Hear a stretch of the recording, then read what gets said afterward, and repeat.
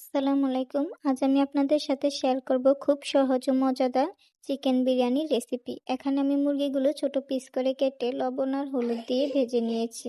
এখন আলুগুলো লবণ দিয়ে একই তেলে ভেজে নিব লাল করে। একই তেলে দিয়ে দিচ্ছি 2 কাপ পেঁয়াজ কুচি। পেঁয়াজগুলো আমি বেরেস্তা করে নেব।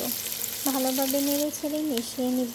এখানে আমি চিনি দিচ্ছি 2 চামচের মতো। চিনি দিলে বেরেস্তাটা তাড়াতাড়ি হয়।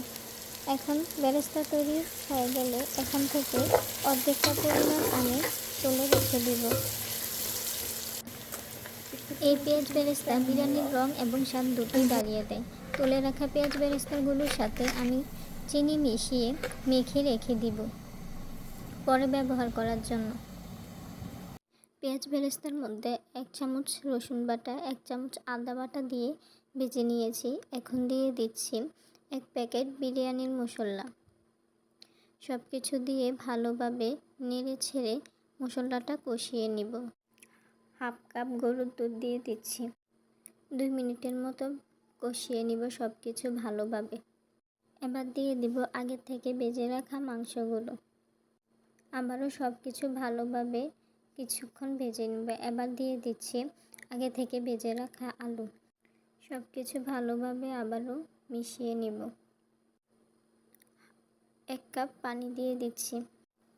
কম উপকরণে এভাবে একবার রান্না করে দেখুন, স্বাদ হবে দ্বিগুণ। মুরগি আর আলু ভাজার সময় লবণ দিয়েছিলাম, এদিকে আমি লবণ দিইনি, এখন লবণ দিয়ে দিচ্ছি হাফ চামচের মতো।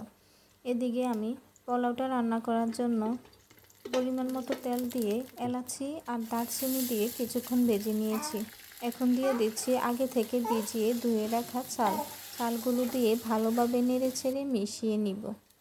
1 চামচ লবণ দিয়ে দিয়েছি। এখন সব কিছু 5 মিনিটের মতো নেড়ে ছেড়ে মিশিয়ে ভেজে নিব। ভেজে নেওয়া হয়ে গেলে এখানে আমি 3 কাপ চালের জন্য 6 কাপ পানি দিয়ে দিচ্ছি। পানিটা মেপে দিলে আর পোলাওটা নরম হওয়ার কোনো চান্স থাকে না। আপনারা চাইলে এভাবে দিতে পারেন। এখন সব কিছু মিশিয়ে ঢাকনা দিয়ে রান্না করব পোলাও। করা হয়ে গেছে। এখন মাংসটা মিশিয়ে নিব পোলাওয়ের সাথে। পোলাওয়ের সাথে মাংসটা নেড়ে ছেড়ে মিশিয়ে নিব। মিশিয়ে নেওয়া হয়ে গেলে এখন পেঁয়াজ বেরেস্তা আমি উপর থেকে ছিটিয়ে দিব। ঢাকনা দিয়ে 10 মিনিট দমে রেখে দিব। ভিডিও ভালো লাগলে লাইক, কমেন্ট, শেয়ার করুন।